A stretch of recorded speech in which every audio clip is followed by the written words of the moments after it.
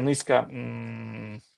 можна це називати побутових бюрократичних проблем, які з'їдають час і немає можливості, в принципі, дивитися якомога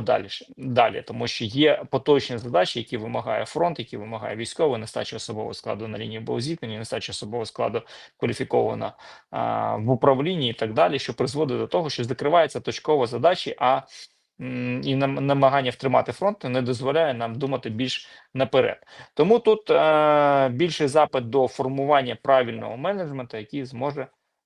зробити ці рішення більш доступними. Чому, наприклад, от як наступний крок, який я пропоную, це створення законодавчого регулювання, наприклад, приватних військових компаній, тому що це дозволить нам запропонувати приватним військовим компаніям або американським, або європейським отримувати досвід,